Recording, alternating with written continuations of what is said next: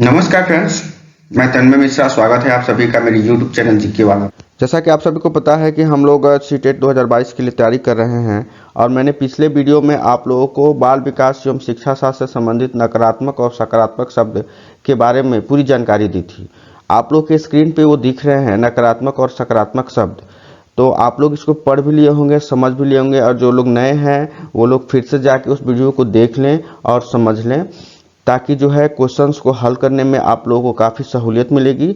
और बाल विकास एवं शिक्षा शास्त्र का जो पेडागोजी जो है उसका 15 नंबर का जो क्वेश्चन है वो आपको इस वीडियो से पूरा तरीका से कंफर्म हो जाएगा।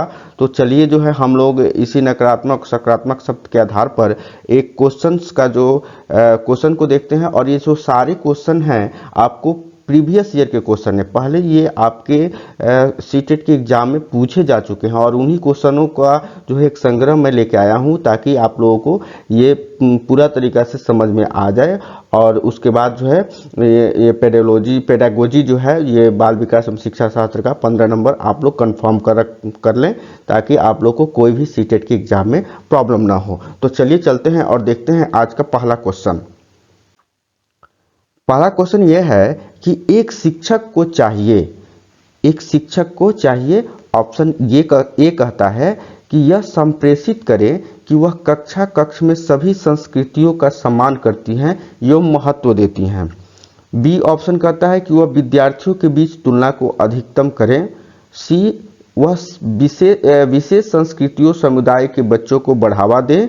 और डी ऑप्शन है कि वह विद्यार्थियों के बीच सांस्कृतिक विभिन्नताओं और विविधता की अनदेखी करे।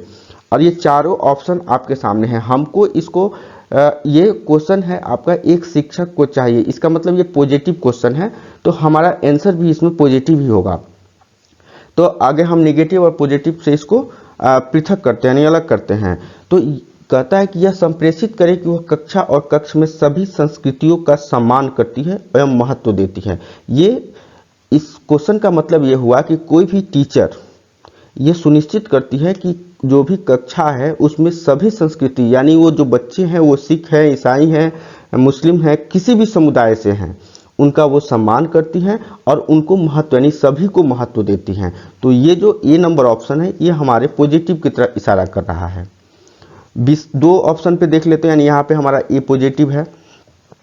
विद्यार्थियों के बीच तुलना को अधिकतम करें, तो हमने बताया था कि किसी भी बच्चा का जो है आप तुलनात्मक दृष्टि से नहीं देख सकते, उसको तुलना नहीं कर सकते हैं। ये नहीं कह सकते हैं कि वो सिख है, ईसाई है या फलाना जो भी हो, वो तुलना नहीं कर सकते हैं। तो इसलिए ये ऑप्शन बी जो है आपका नेगेटिव है। ठीक है। ऑप्शन सी वह विशेष संस्कृतियों समुदाय के बच्चों को बढ़ावा दे। ये अभी मैंने बताया कि किसी भी समुदाय या विशेष संस्कृति के बच्चे को आप बढ़ावा नहीं दे सकते हैं, आपको सभी बच्चों को एक साथ लेकर चलना है। अभी आप मेरे साथ पढ़ रहे हैं, इसका मतलब है आप कोई भी इस क्वेश्चन को देखें तो एक टीचर के हैसियत से, यानी आप एक टीचर हैं, समझिए कि आप टीचर बन चुके हैं और आप बच्चों को पढ़ा रहे हैं, तो आप एक टीचर के दृष्टि से सोचिए। ठीक है। और इसके टीचर की दृष्टि से जब आप सोचिएगा तो आपको जो ये क्वेश्चन के जो ऑप्शंस हैं ऑटोमेटिक जो है एलिमिनेट होते चले जाएंगे। तो जैसे कि वो विशेष संस्कृति समुदाय के बच्चों को बढ़ावा, ये भी निगेटिव है, नहीं दे सकते हैं। ठीक है। वह विद्यार्थियों के बीच सांस्कृतिक विभिन्नताओं और विविधता की अनदेखी करे, एकदम नहीं करना है, सभी को समान रूप से लेके चलना है। तो हमारा ए बी सी, यानी ए बी और सी, ये तीनों निगेटिव ऑप्शन, ठीक है। तो ये तीनों हमारे गलत हो जाएंगे और ए जो है वो पॉजिटिव है, इसलिए ये इसका सही उत्तर हो जाएगा इस क्वेश्चन का। ठीक है। चलिए बढ़ते हैं अगले क्वेश्चन की तरफ। अगला क्वेश्चन है कि बच्चे प्रभावी रूप से सीखते हैं। बच्चे जो हैं प्रभावी रूप से सीखते हैं जब, ऑप्शन ए, वह विभिन्न गतिविधियों एवं कार्यों में सक्रिय रूप से भाग लेते हैं। ऑप्शन बी, शिक्षक कक्षा में होने वाली सभी घटनाओं और बच्चों को पूर्ण रूप से नियंत्रित करता है। ऑप्शन सी, वह पाठ्य पुस्तक में दिए गए तथ्यों को याद करते हैं। ऑप्शन डी, वे श्याम पट पर अध्यापक के द्वारा लिखे गए उत्तरों की नकल करते हैं। इसमें जो है ऑप्शन ये कहता है कि वो विभिन्न गतिविधियों एवं कार्यों में सक्रिय रूप से भाग लेते हैं। ठीक है। बच्चे प्रभावी रूप से सीखते हैं कब, जब वह विभिन्न गतिविधियों एवं कार्यों में सक्रिय रूप से भाग लेते हैं। ऑप्शन ये कहता है। तो ये बात तो एकदम सत्य है कि कोई भी बच्चा तभी सीखेगा जो कोई भी किसी भी प्रकार का मतलब कार्य उसको दिया जाए या अपने आप अगर वो कोई कार्य करता हो और उसमें सक्रिय रूप से भाग लेता है तभी वो सीख पाएगा। इसलिए जो है ऑप्शन ये जो है वो आपको पॉजिटिव की तरफ इशारा कर रहा है, यानी ये पॉजिटिव है। तो फिर देखते हैं आगे भी पॉजिटिव है या सभी निगेटिव है। शिक्षक कक्षा में होने वाली सभी घटनाओं और बच्चों को पूर्ण रूप से नियंत्रित करता है। देखिए नियंत्रित एक शब्द आ गया, नियंत्रित। तो कभी भी हम बच्चों को जो है कंट्रोल नहीं कर सकते हैं, ठीक है, कभी बच्चों को हमको कंट्रोल नहीं करना। एक शिक्षक की दृष्टि से हम बच्चों को कंट्रोल नहीं करेंगे कक्षा में, ठीक है। तो इसलिए ये ऑप्शन बी निगेटिव हो गया। वह पाठ्य पुस्तक में दिए गए तथ्यों को याद करना, रट्टा मारना, ये कि हमको रोट नहीं करना है किसी बच्चे को, उसको याद नहीं दिलाना, याद नहीं करवाना है, उसको रट्टा नहीं मरवाना है। इसलिए ये ऑप्शन सी भी गलत हो गया। ऑप्शन डी कहता है कि वे श्याम पट पर अध्यापक के द्वारा लिखे गए उत्तरों की नकल करता है। कभी भी नहीं करनी है नकल, तो करनी भी नहीं है, इसलिए ये भी ऑप्शन डी जो है वो गलत हो गया। इसका मतलब है कि इस क्वेश्चन का उत्तर ए सही होगा, ठीक है। तो बी गलत, सी गलत, डी गलत, यानी तीनों निगेटिव है, इसलिए option A is the right answer. Okay, चलिए आगे बढ़ते हैं अगले क्वेश्चन की तरफ। अगला क्वेश्चन कहता है कि बच्चों की गलतियां शिक्षण अधिगम प्रक्रिया में महत्वहीन हैं। ऑप्शन बी प्रदर्शित करती हैं कि बच्चे कितने लापरवाह हैं। ऑप्शन सी बार बार अभ्यास करने के लिए कहकर तुरंत सुधार लेनी चाहिए। और ऑप्शन डी अधिगम का एक भाग है तथा उसके विचारों में एक अंतर्दृष्टि देती है, ठीक है। तो ऑप्शन ए के बारे में देखते हैं। शिक्षण अधिगम प्रक्रिया में महत्वहीन है, ये एकदम बिल्कुल गलत है। गलती अगर कोई भी छोटा बच्चा करेगा तो वो गलती से वो सीखेगा, ठीक है। मान लीजिए कि हमारे यहाँ कोई बच्चा है और वो किसी चीज़ में गलती करता है, तो हमारा कर्तव्य क्या है, हमको उसको समझाना है कि देखो बेटा ये ऐसे नहीं ऐसे होता है, ये चीज़ है, इसको ऐसे करना चाहिए, ठीक है। तो ये क्या होता है कि बच्चा जो भी गलती करता है उससे वो सीखता है। इसलिए ये कह रहा है कि शिक्षण अधिगम प्रक्रिया में, यानी सीखने की जो प्रक्रिया होती है उसमें यह महत्वहीन है, ठीक है, महत्वहीन है। ये बिल्कुल गलत है, यानी ये निगेटिव आंसर हो गया, ठीक है, ये निगेटिव हो गया, इसलिए इसको ये निगेटिव हो गया। फिर आगे बढ़ते हैं। प्रदर्शित करती है, माने गलतियां प्रदर्शित करती है कि बच्चे कितने लापरवाह हैं, बिल्कुल गलत। इसलिए कि वो छोटे बच्चे हैं, तो बच्चों में वो गलती कर रहे हैं तो लापरवाह नहीं है, वो जानबूझ के इसको नहीं करते हैं, वो गलती हो जाती है, उनको पता नहीं है उस चीज़ के बारे में। इसलिए ऑप्शन बी भी नेगेटिव की तरफ इशारा कर रहा है। बार बार अभ्यास करने के लिए कहकर तुरंत सुधार लेनी चाहिए।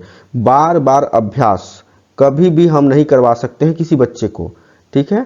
इसलिए उसको समझाना है, उसको समझा देना है, उसको बता देना है, उसको कह देना है, लेकिन उसको अभ्यास नहीं करवाना है, ठीक है ना, प्रैक्टिस। आप लोग जो पिछला वीडियो देखें उसमें ये चीज़ें कंफर्म है कि प्रैक्टिस उसको नहीं करवानी है, इसलिए ये भी ऑप्शन आपका गलत हो गया। तो अधिगम का एक भाग है, देखिए ये कितना अच्छा बात बोला है कि गलतियां जो है वो अधिगम यानी सीखने का एक भाग है तथा उसके विचारों में एक अंतर्दृष्टि देती है, यानी जो उससे जो भी चीज़ें वो बच्चा को प्राप्त होती है वो उसके सीखने की एक विधि है, ठीक है। तो इसलिए ऑप्शन 1 नेगेटिव हो गया, ऑप्शन बी नेगेटिव हो गया, ऑप्शन सी नेगेटिव हो गया, option D is the right answer. Okay, चलिए बढ़ते हैं अगले क्वेश्चन की तरफ। अगला क्वेश्चन है कि एक शिक्षिका अपनी प्राथमिक कक्षा में प्रभावी अधिगम को बढ़ा सकती है। एक टीचर की बात कर रहा है कि प्राथमिक कक्षा में प्रभावी अधिगम यानी सीखने की जो उसको बढ़ा सकती है, कैसे? ऑप्शन ए ड्रिल और अभ्यास के द्वारा, बी अपने विद्यार्थी को प्रोत्साहन करके, ऑप्शन सी विषय वस्तु को विद्यार्थी के जीवन के साथ संबंधित करके, ऑप्शन डी अधिगम में छोटी छोटी उपलब्धियों के लिए पुरस्कार देकर। तो ये हमारा है क्वेश्चन कैसे बढ़ा सकती है। तो पहले हमने आपको बता दिया है कि ड्रिल या प्रैक्टिस किसी भी बच्चे को नहीं करानी है, छोटे बच्चों को नहीं करानी है, किसी भी बच्चे को नहीं करवानी है। तो इसलिए ऑप्शन ए जो है वो नेगेटिव हो गया। ऑप्शन बी की तरफ चलते हैं, अपने विद्यार्थियों को प्रोत्साहन, ठीक है, करके। तो विद्यार्थियों को आप प्रोत्साहन कर सकते हैं, ठीक है, प्रोत्साहन कर सकते हैं, इसमें कोई दो राय नहीं है। तो ये पॉजिटिव की तरह इशारा कर रहा है। लेकिन आपको हमने बताया था कि और भी पूरे क्वेश्चन को ऑप्शन को पढ़ेंगे, विषय वस्तु की विद्यार्थियों के जीवन के साथ संबंधित करके। तो ये भी सही है कि विद्यार्थियों के जीवन के साथ इसको संबंधित किया जाएगा। और अधिगम में छोटी छोटी उपलब्धियों के लिए पुरस्कार, तो पुरस्कार तो हमको देना भी नहीं है, किसी भी चीज़ के लिए उपलब्धियों के लिए पुरस्कार नहीं देना है छोटे बच्चों को। तो डी तो सीधा सीधी आपका वो नेगेटिव हो गया, बचा बी और सी।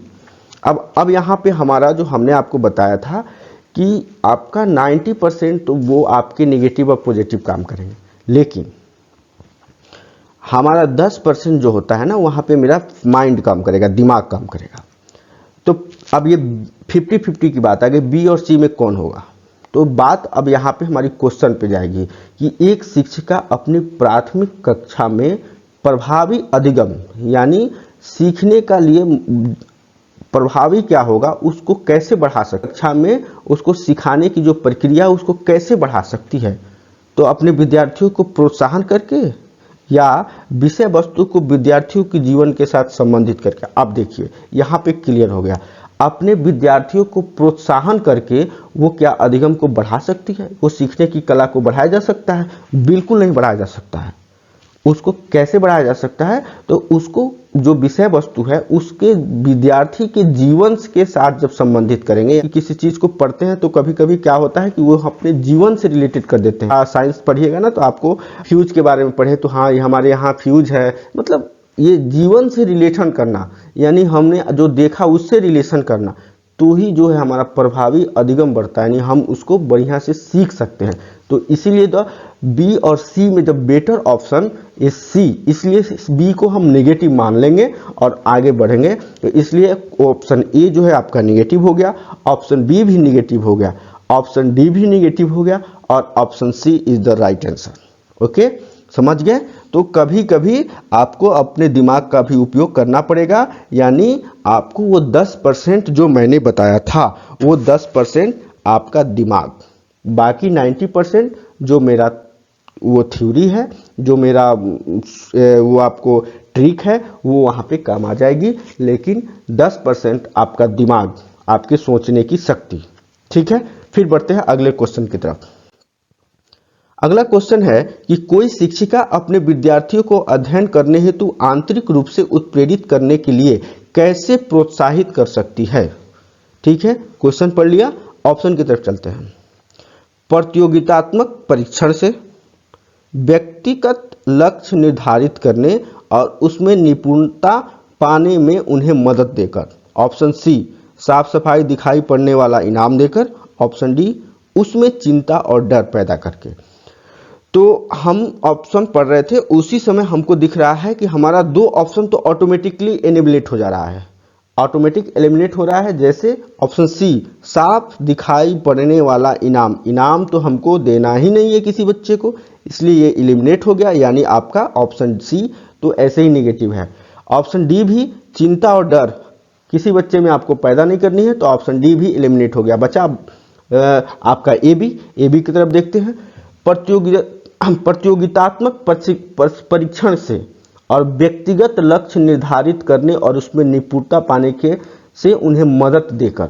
तो यहाँ पे जो है प्रतियोगिता जो है किसी भी बच्चे को, छोटे बच्चे को आप आयोजित करेंगे तो उससे उसके आंतरिक रूप से अध्ययन पर जो है कोई प्रभाव नहीं पड़ेगा, उसको उससे प्रोत्साहन नहीं मिलने वाली है।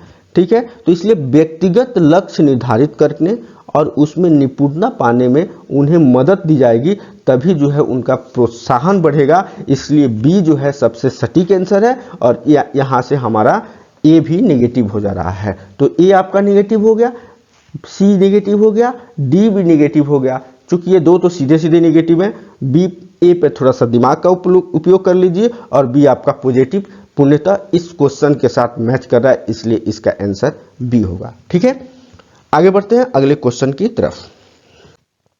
अगला क्वेश्चन है कि शिक्षार्थियों यानी अधिगम करता, अधिगमकर्ता मतलब होता है शिक्षार्थी, यानी जो सीख रहा है उसके लिए, कि व्यक्तिक विभिन्नताओं के संदर्भ में शिक्षिका को चाहिए, क्या चाहिए? ऑप्शन ए, निगमनात्मक पद्धति के आधार पर समस्याओं का समाधान करना, बी, कलन विधि का अधिकतर प्रयोग करना, डी, याद करने के लिए शिक्षार्थियों को तथ्य उपलब्ध कराना, ऑप्शन डी, विविध प्रकार की अधिगम परिस्थितियों को उपलब्ध कराना।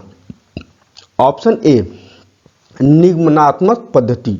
निगमनात्मक का मतलब होता है डिडक्टिव, डिडक्टिव मतलब सेपरेटिंग, और हमने बताया हुआ है कि सेपरेट मतलब अलग अलग, सेपरेटिंग, सेग्रेशन, ये जो है जो मेथड है इसका उपयोग हम नहीं कर सकते हैं अधिगमकर्ता के लिए, ठीक है। व्यक्तिक विभिन्नताओं के संदर्भ में शिक्षिका को ये नहीं करनी चाहिए, ठीक है ना। तो सेपरेटिंग कभी भी नहीं करनी चाहिए। तो ऑप्शन ए जो है ये आपका नेगेटिव हो गया।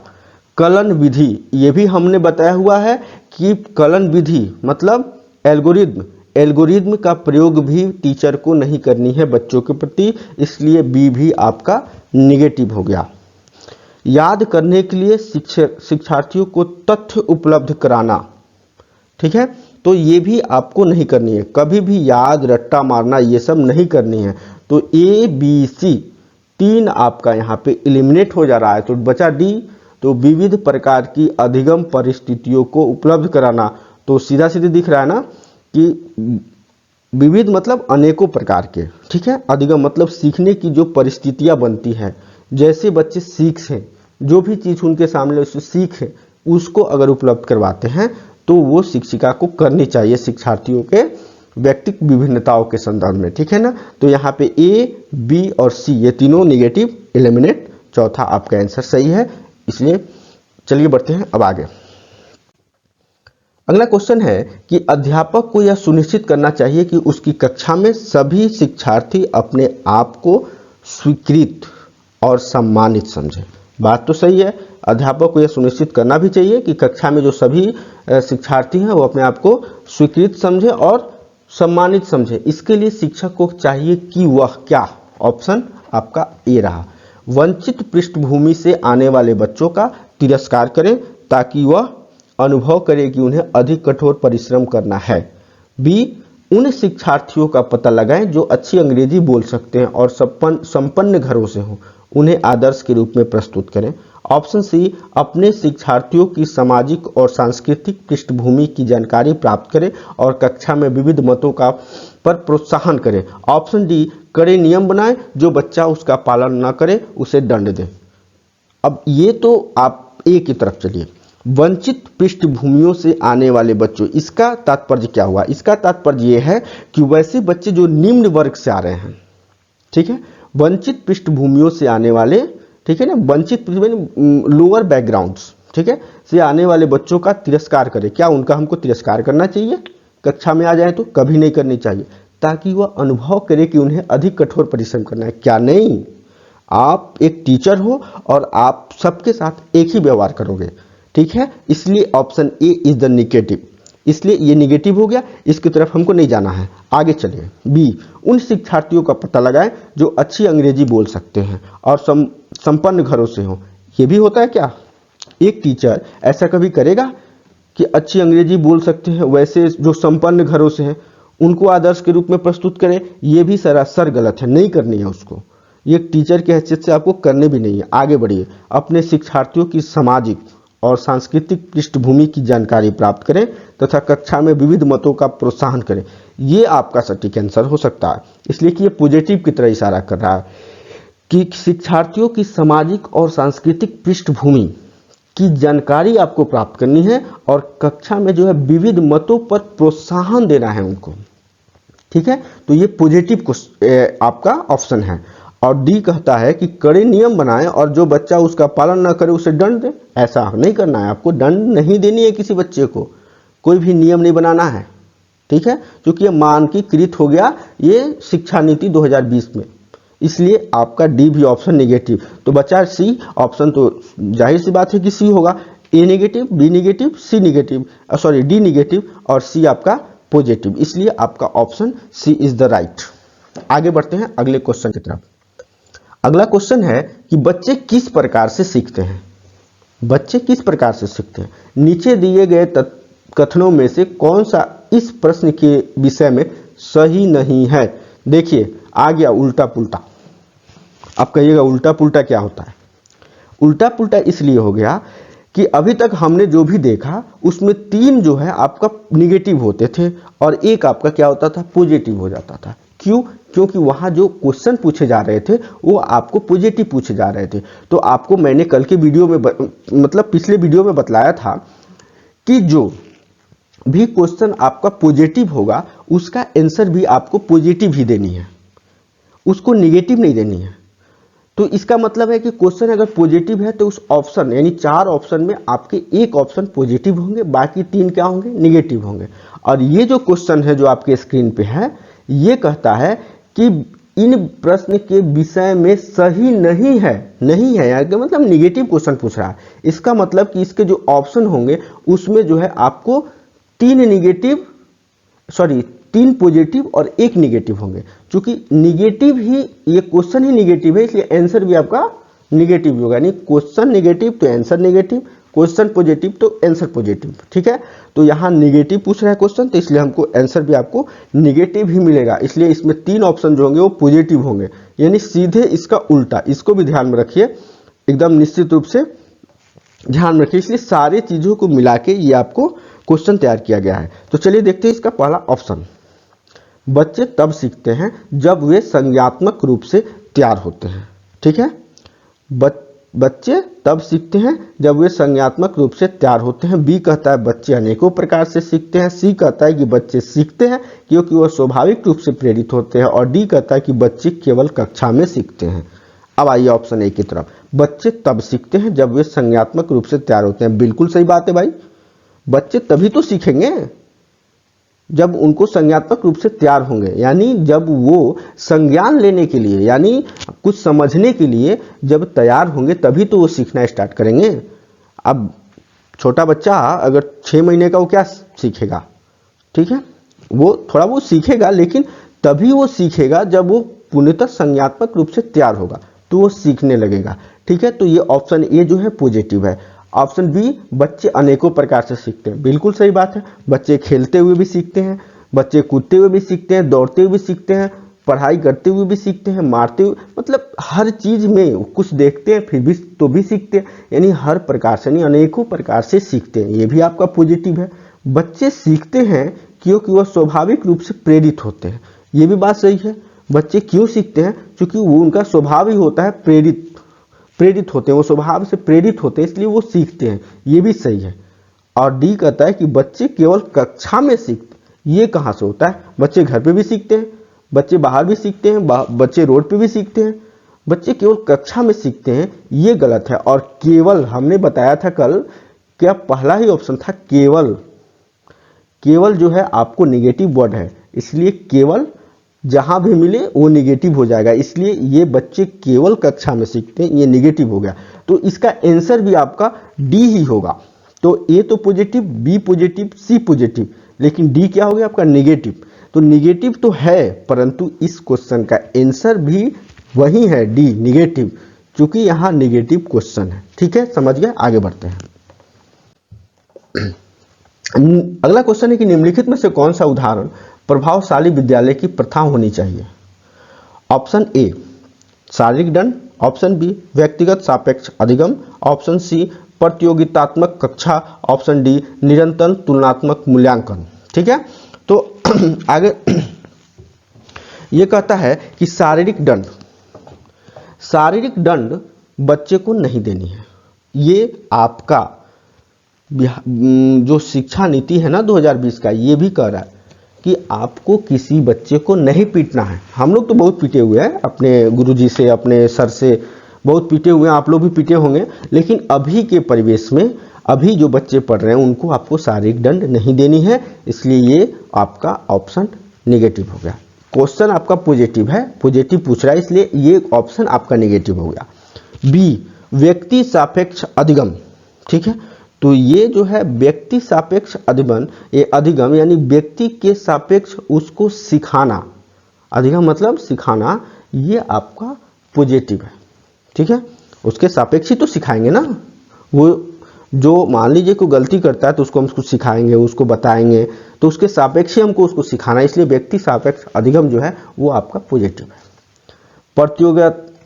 प्रतियोगितात्मक कक्षा, ठीक है, तो ये जो प्रतियोगिता का जो आयोजन करना है ना वो छोटे बच्चों में नहीं करनी है। ठीक है, तो इसलिए आपका सी जो है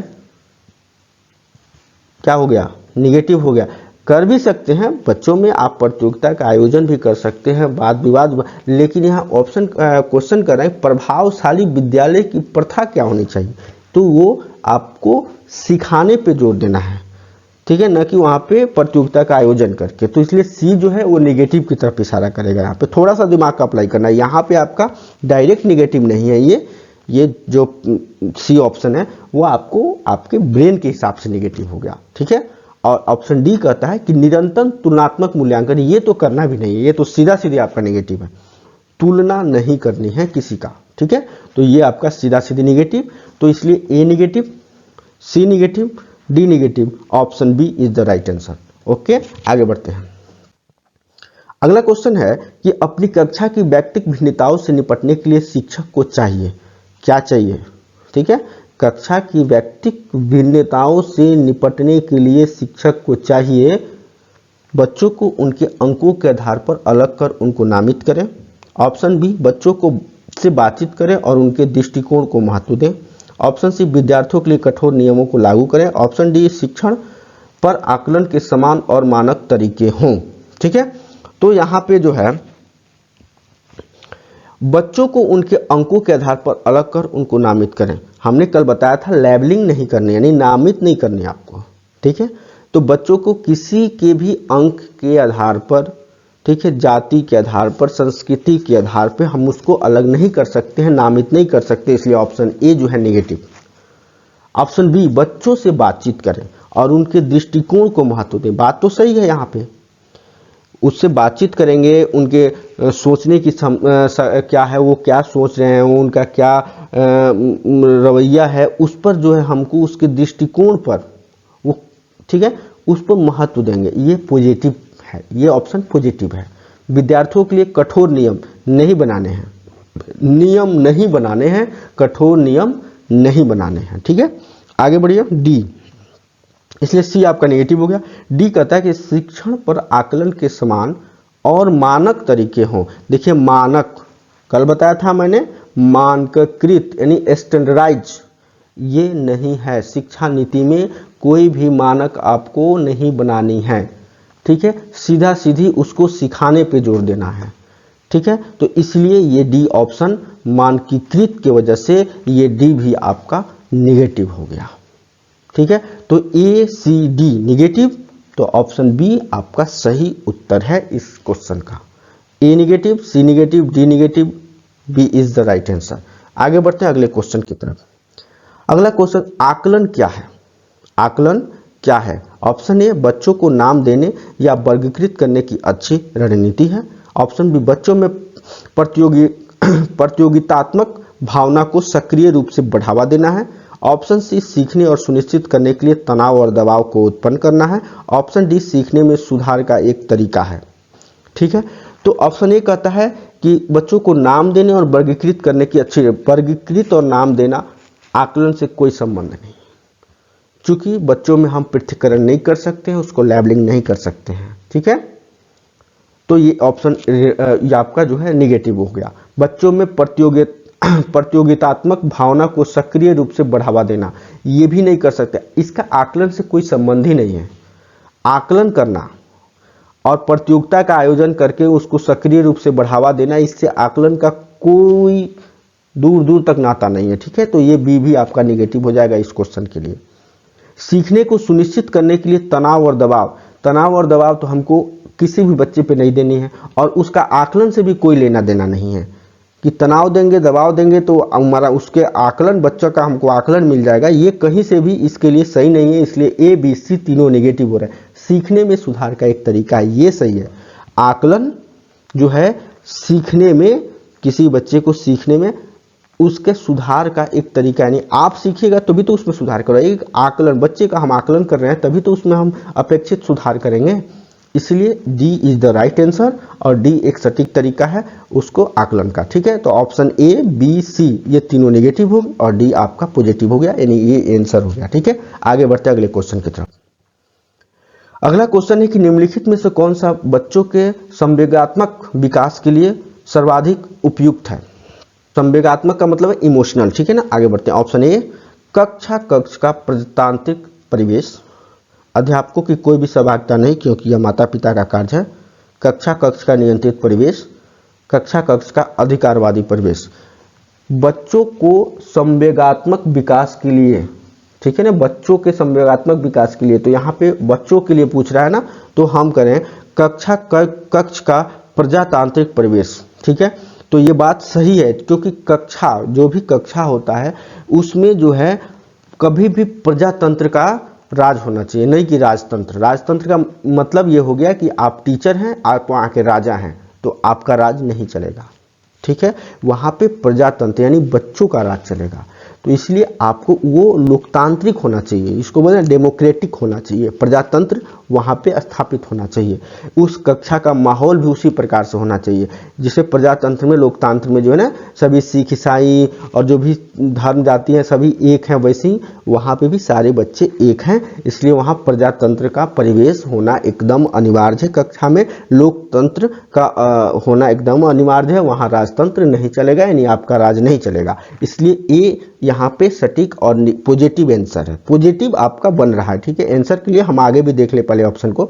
अध्यापकों की कोई भी सहभागिता नहीं क्योंकि यह माता पिता का कार्य है। ऐसा कोई होता है क्या? आपको कक्षा में भेजा गया है आपको पढ़ाने के लिए, बच्चे को सिखाने के लिए, तो इसमें आपकी सहभागिता तो बिल्कुल होगी ना। क्यों? ये माता पिता का कार्य नहीं ना है, माता पिता का कार्य है तो वो घर पे है, अगर कक्षा में है तो वो आपका है। ठीक है ना, तो इसलिए ये आपका दायित्व है, इसलिए बी नेगेटिव हो गया। कक्ष पर नियंत्रित परिवेश, हमने अभी आपको बताया कि वहाँ पे आपका राजतंत्र नहीं चलेगा, यानी नियंत्रण आपका नहीं चलेगा, कंट्रोल नहीं चलेगा। और इसको मैंने आपको पिछले वीडियो में बताया है कि आपको कंट्रोल नहीं करना है बच्चों पर, वो भी कक्षा में। ठीक है, तो इसलिए नियंत्रण नहीं करना है, इसलिए परिवेश यानी नियंत्रण पर आपका कोई अधिकार नहीं है, तो सी भी आपका नेगेटिव हो जाएगा। और कक्ष पर अधिकारवादी, फिर वही बात हो गई, अधिकारवादी का मतलब ही नियंत्रित, कंट्रोलिंग, यानी राजतंत्र नहीं चलेगा भाई, राजतंत्र यानी तीनों एक दूसरे से रिलेटेड है। तो ए सी डी ये तीनों ऑप्शन आपके नेगेटिव होंगे, सॉरी बी सी डी तीनों ऑप्शन आपके निगेटिव होंगे। और ए जो है वो प्रजातांत्रिक यानी लोकतांत्रिक वहाँ पे माहौल रहेगा कक्षा में, इसलिए ए इज द राइट आंसर। तो यहाँ पे बी निगेटिव हो जाएगा, सी निगेटिव हो जाएगा, डी निगेटिव हो जाएगा और ए जो है आपका पॉजिटिव हो जाएगा। चलिए बढ़ते हैं अगले क्वेश्चन की तरफ। अगला क्वेश्चन है कि एक प्रभावशाली अध्यापिका या अध्यापक होने के लिए महत्वपूर्ण है, यानी आप अध्यापक बनोगे, अध्यापिका बनोगे तो आपके लिए क्या महत्वपूर्ण है, ये आपका क्वेश्चन है। आपका क्वेश्चन का पहला ऑप्शन है पुस्तक के उत्तरों को लिखने पर जोर देना। ठीक है, ऑप्शन बी समूह गतिविधियों के बजाय व्यक्तिगत अधिगम पर ध्यान देना। ऑप्शन सी विद्यार्थियों के द्वारा पूछने के कारण उत्पन्न व्यवधान की अनदेखी करना। ऑप्शन प्रत्येक बच्चों के संपर्क में रहना। तो ऑप्शन ये कहता है कि पुस्तक के उत्तरों को लिखाने पर बल देना। क्या ऐसा होना चाहिए? ठीक है, ऐसा कभी नहीं। आप कक्षा में जाते हैं, पढ़ाते हैं, तो क्या आप केवल पुस्तक के उत्तरों को लिखते हैं या लिखाते हैं? नहीं, आप उसको समझाना, आपको बताना, उसके चीज़ों को समझना, ये आपका काम है, दायित्व है। इसलिए ए इज द रॉन्ग आंसर, यानी आपका ये निगेटिव पॉइंट हो गया। बी समूह गतिविधियों के बजाय व्यक्तिगत अधिगम पर ध्यान देना। कैसे? अभी तो हमने आपको बताया कि एक कक्षा में जो है लोकतांत्रिक माहौल होना चाहिए, प्रजातांत्रिक माहौल होना चाहिए, न कि आपका राजतंत्र होना चाहिए।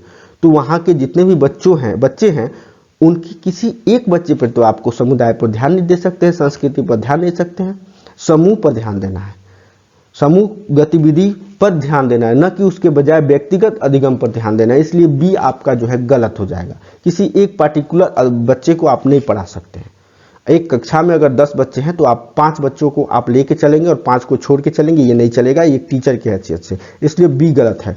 सी कहता है कि विद्यार्थियों के द्वारा पूछने के कारण उत्पन्न व्यवधान की अनदेखी करना। क्या ऐसा होना चाहिए? कोई बच्चा हमसे कुछ पूछता है तो उसको हम अनदेखी कर देंगे? ऐसा भी नहीं करना है, हम अनदेखी नहीं करेंगे, इसलिए जो है आपका सी भी निगेटिव हो गया। तो बच्चों तो सीधा सीधी 3 तो एलिमिनेट कर दिया मैंने, तो डी आपका आंसर होगा। लेकिन इसको भी समझ ले, प्रत्येक बच्चों के संपर्क में रहना, ये बात आपका सही भी है। अभी मैंने उसी वक्त से चिल्ला चिल्ला के आप लोगों को बोला है कि हर बच्चे के संपर्क में रहना है, हर बच्चे के दुख को समझना है, उसको सिखाना है, सब कुछ ठीक है। तो आपका ए बी सी तीनों निगेटिव, डी आपका राइट आंसर, ठीक है। आगे बढ़ते हैं और इस वीडियो का लास्ट और इस सारे महत्वपूर्ण सभी के सभी आपके महत्वपूर्ण क्वेश्चन हैं और ये आपने पढ़ लिया, समझ लिया, तो मैं आपको विश्वास दिला रहा हूं कि बाल विकास और शिक्षा शास्त्र का जो 15 नंबर का पेडागोजी पूछता है ना, आप इसको हलवा बना दोगे। 15 नंबर मतलब 15 नंबर, समझ गए। 10% आपका दिमाग तो काम करवाना पड़ेगा, जैसे मैंने आपको 2-3 क्वेश्चन इसमें डाले हुए थे जिसमें मैंने आपको दिमाग भी बताया। तो चलिए अगले देखते हैं, अगला लास्ट क्वेश्चन। अगला क्वेश्चन है कि शिक्षण में अध्यापकों के द्वारा विद्यार्थियों का आकलन इस अंतर्दृष्टि को विकसित करने के लिए किया जा सकता है। किस अंतर्दृष्टि को? ऑप्शन ए, उन विद्यार्थियों की पहचान करना और उन्हें उच्चतर कक्षा में प्रोन्नत करना। बी, उन विद्यार्थियों को प्रोन्नत न करना जो विद्यालय के स्तर के अनुकूल नहीं है। ऑप्शन सी, विद्यार्थियों की आवश्यकता के अनुसार शिक्षण उपागम में परिवर्तित करना। ऑप्शन डी, कक्षा में प्रभावशाली एवं कमजोर विद्यार्थियों का समूह बनाना। तो एक बात बताइए हमको, आप उन विद्यार्थियों की पहचान करना, उन्हें उच्चतर कक्षा में प्रोन्नत करना, क्या ऐसा होता है? आप किसी पार्टिकुलर बच्चे का पहचान करेंगे और उन्हें उच्चतर कक्षा में प्रोन्नत करेंगे? ऐसा नहीं होगा, ठीक है। सबको लेके चलना है, इसलिए एक चुनिए। क्वेश्चन आपको बहुत सारे पूछता है, क्वेश्चन पूछने का अलग अलग तरीका हो सकता है, ठीक है। क्वेश्चन का आपका ऑप्शन पूछने का तरीका हो सकता है, लेकिन सेंस आपका अलग अलग नहीं होगा, सेंस उसका एक ही होता है। इसलिए ध्यान दीजिए, मैंने जो भी बातें बोली इसमें बहुत सारे बात आपको एक दूसरे से रिलेशन में होंगे, इसलिए बहुत सारे क्वेश्चन एक दूसरे से रिलेशन में होंगे। क्वेश्चन आपको अलग तरीके से था, ऑप्शन आपको अलग तरीके से था, लेकिन आपके सोचने की शक्ति, उसके पूछने का तात्पर्य, ये सब एक जैसे रहते हैं, ठीक है। इसलिए उसको ध्यान देना है और उसको अच्छे से पढ़ना है। तो ये आपका रॉन्ग आंसर है, यानी निगेटिव है। उन विद्यार्थियों को प्रोन्नत न करना जो विद्यालय के स्तर के अनुकूल हैं। क्या ऐसा भी है? ये तो सीधा सीधी है कि आप उस पर दुराचार कर रहे हैं, किसी बच्चे के ऊपर दुराचार कर रहे हैं कि वो मेरे अनुकूल नहीं है, उसको हम प्रोन्नत नहीं करेंगे। ऐसा कोई होता है? स्कूल में नहीं होता है, इसलिए बी भी आपका नेगेटिव। सी, शिक्षार्थियों की आवश्यकता के अनुसार शिक्षण उपागम में परिवर्तन करना है। ये आपको ऑप्शन जो है पॉजिटिव की तरफ लेके जा रहा है कि कोई भी जो सीखने के लिए बच्चा आया हुआ है उसके आवश्यकता के अनुसार अपना शिक्षण उपागम, यानी जो सिखाने की प्रक्रिया है उसमें अगर आप परिवर्तन कर देते हैं, उसमें आप उसके तरीका से बताते हैं, वो जैसे समझता है, यानी भोजपुरी समझता है भोजपुरी में बताइए, हिंदी समझता है हिंदी में बताइए, उसको जैसे समझ में आता है, लिख के समझ के आता है, बोल के, पढ़ के, दिखा के, सोच, मतलब जैसे समझ में आता है उसको समझाइए, आपका पॉजिटिव है।